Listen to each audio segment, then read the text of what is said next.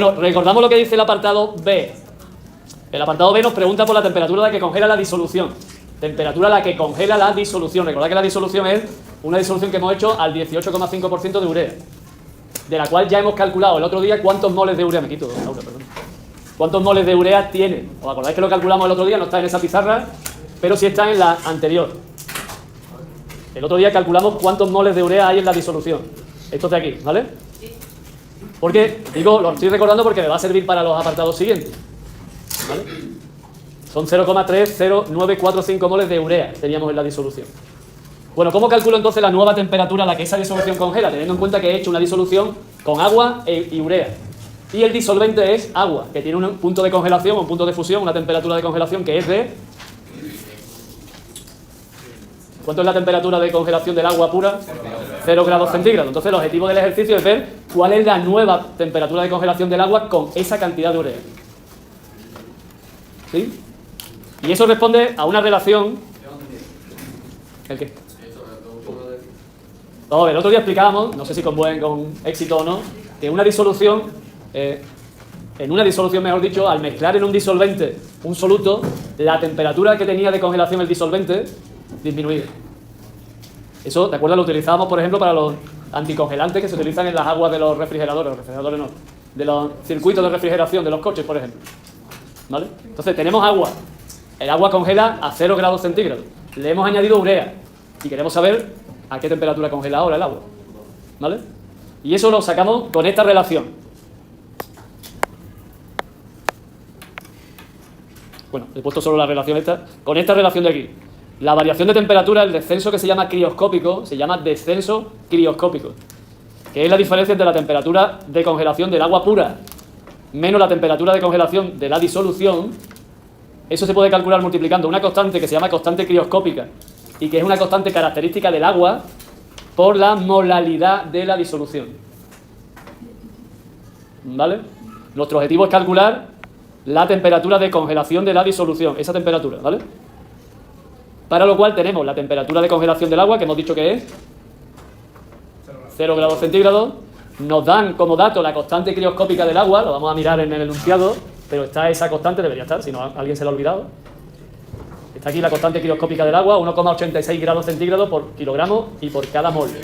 Eso quiere decir que si la concentración fuese de 1 molal, la temperatura disminuiría en 1,86 grados. Por cada 1 molal, 1,86 grados menos. Eso es lo que quiere decir esa constante crioscópica, ¿sí? Por cada 1 molal, si fuese 1 sería 1,86, si fuese 2 molal, 1,86 por 2, ¿vale? Esa sería la disminución de la temperatura de congelación.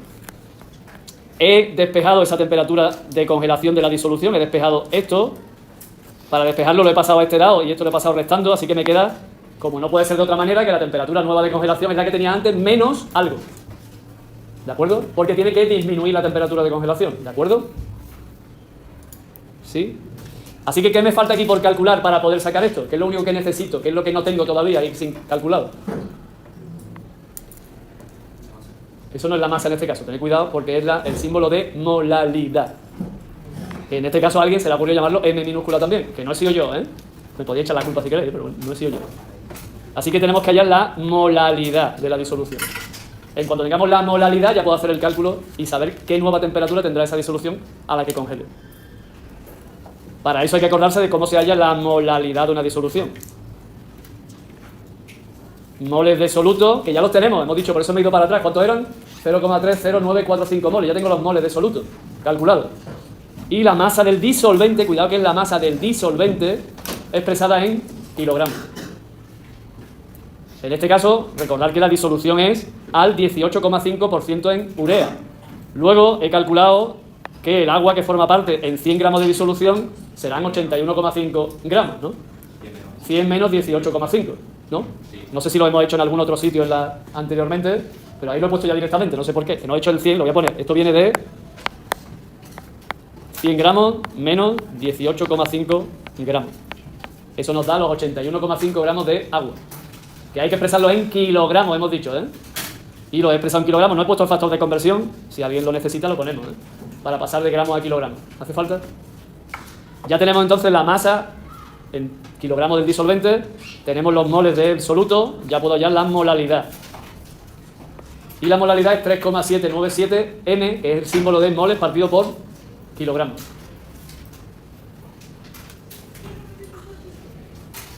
Ya tengo la molaridad. Antes hemos dicho que si fuese 1 molar sería 1,86 grados. Si fuese 2, el doble. Y si es 3,797, pues habrá que multiplicar 1,86, que es la constante crioscópica, por 3,797, que es la molaridad.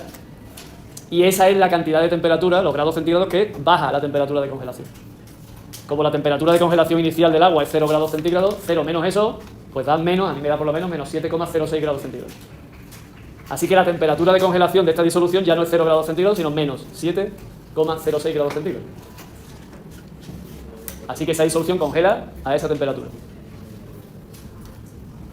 ¿Vale? Ese era el apartado B, que tiene que ver con lo que se denomina descenso crioscópico en la temperatura de congelación de una disolución respecto del disolvente puro. Entonces, el A del S, no es una A, es una letra griega que es delta, ¿vale? pero delta D sería un descenso Crioscópico, se llama. Y se calcula restando la temperatura de fusión del disolvente puro menos la temperatura de fusión de la mezcla, de la disolución.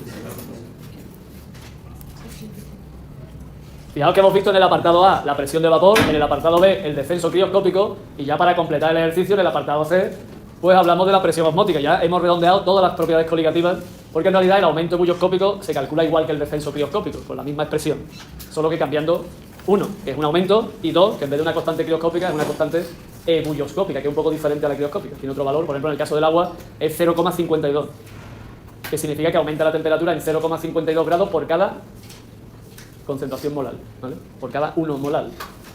Bueno, me voy entonces al apartado C. Recordamos lo que dice el apartado C, por si alguien no se acuerda.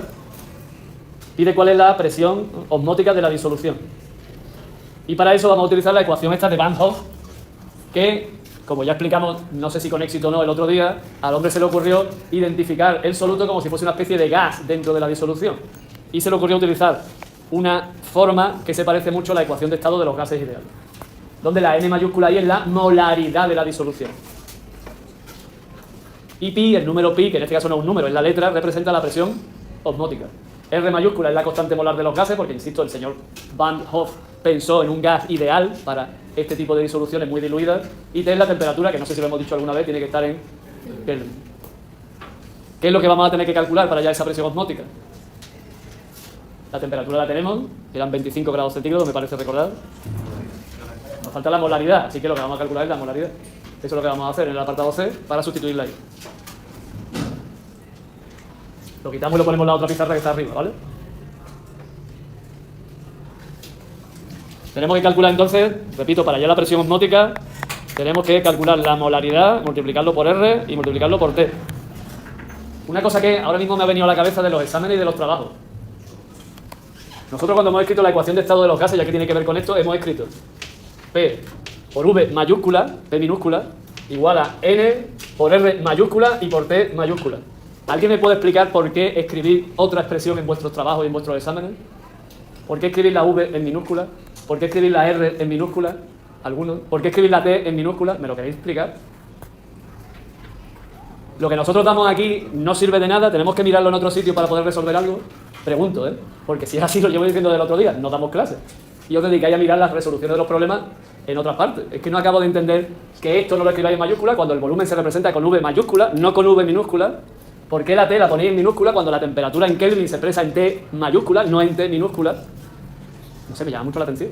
Le cambiáis el orden, ponemos R por T por N, no sé. ¿Qué pasa? ¿Que nosotros cuando hacemos que un ejercicio no sirve de nada y lo miramos después en otro sitio porque... No sé, me llama la atención, Pero bueno, continúo con esto, ¿vale? Es que me he acordado ahora mismo de lo de la ecuación de estado, que me llama mucho la atención ver otras expresiones con letras diferentes, que además no representan las magnitudes que se quieren representar, No sé quién lo habrá escrito así, pero está equivocado, Me voy entonces a calcular la molaridad, ¿no? Para la molaridad necesito, no sé si nos acordamos, ¿no? Los moles de soluto, que ya los tengo otra vez, lo hemos calculado antes, y el volumen de la disolución en litros, eso es lo que necesito, ¿no? Los moles ya los teníamos, 0,30945, ¿me falta qué entonces? El volumen, ¿no? El volumen de la disolución. Y claro, para hallar el volumen de la disolución utilizo la densidad de la disolución, pero me dicen directamente que, me lo han dicho en el apartado anterior, considere que la densidad prácticamente es la del agua, 1 gramo por mililitro, ¿no? Así que si tengo 100 gramos, ¿qué tengo? 100 mililitros. Y 100 mililitros expresados en litros son 0,100 litros. Así que ya tengo el volumen. Tengo los moles, tengo el volumen, tengo la molaridad, tengo la temperatura, que estaba diciendo antes que es temperatura 25 grados centígrados, así que tengo todos los datos ya para poder determinar la presión osmótica que ejerce esa disolución. Escribo la molaridad, escribo la constante molar de los gases, que me la tienen que dar, creo que en este caso está dada, no se me ha olvidado el dato, y escribo la temperatura en Kelvin. El resultado de eso es atmósferas, porque, si os dais cuenta, la constante molar está en atmósferas, ¿vale? Y todo lo demás está en litros, está en moles y está en Kelvin. Así que el resultado, si yo no me he equivocado, decírmelo si me he equivocado, haciendo la operación correspondiente, tanto de la molaridad como de la presión osmótica, es de 75,6 atmósferas. Nos vamos un momento para atrás, si quieres, Alejandro, y recuerda que nosotros hemos tomado como punto de partida en la disolución 100 gramos, porque estamos utilizando el tanto por ciento en masa, ese que nos dan desde el principio, ¿de acuerdo? Entonces, como hemos tomado 100 gramos de disolución, lo que vamos a calcular es el volumen de esa disolución. Y claro, me dicen que la densidad es 1 gramo por cada mililitro, con lo cual 100 gramos entendemos que serán 100 mililitros. Hacer una operación la podemos hacer, pero va a salir 100 partido por 1, ¿vale? Y ese volumen lo hemos pasado a litros, que es el volumen que hay que expresar en la molaridad. O sea, el punto de partida es lo que tú creo que deberías saber, es que son 100 gramos de disolución como desde el primer momento hemos tomado. Puesto que me están dando el tanto por ciento en masa. El tanto por ciento en masa es partir de 100 gramos de disolución, ¿vale? Yo pongo 100 gramos porque me parece lo más sencillo. Si alguien quiere poner otra cantidad la puede poner, ¿eh? Pero es que con 100 gramos ya tengo los gramos de soluto y los gramos de disolvente, que puedo tener todo. ¿Alguna aclaración entonces? Ya habríamos terminado el ejercicio, habríamos calculado con este ejercicio todas las propiedades coligativas, desde la presión, el descenso en la presión de vapor de un disolvente, de una sustancia líquida cuando le echamos algún soluto, del descenso de la temperatura de congelación también del disolvente y de la presión osmótica que es capaz de ejercer esa disolución. ¿Alguna aclaración? Evidentemente en este caso me temo que hay que aprenderse 4 expresiones matemáticas para esas 4 propiedades coligativas, ¿vale? Tenemos que aprendernos, no nos queda otra historia, no las vamos a deducir de ninguna parte, podríamos intentar buscar el origen. Hombre, la verdad es que la presión osmótica ya hemos visto cuál es el origen, ¿o no? Tiene que ver con la ley o ecuación de estado de los gases, ecuación de estado de los gases ideales. Lo de la presión osmótica también, perdón, la presión osmótica, la presión de vapor también tenía un origen, que era la ley de Dalton de las presiones parciales, pero bueno, nos vamos a tener que saber esas expresiones. Bueno, me estoy enrollando porque estoy esperando por si hay alguna cuestión, pero pasamos ya, damos por finalizado el...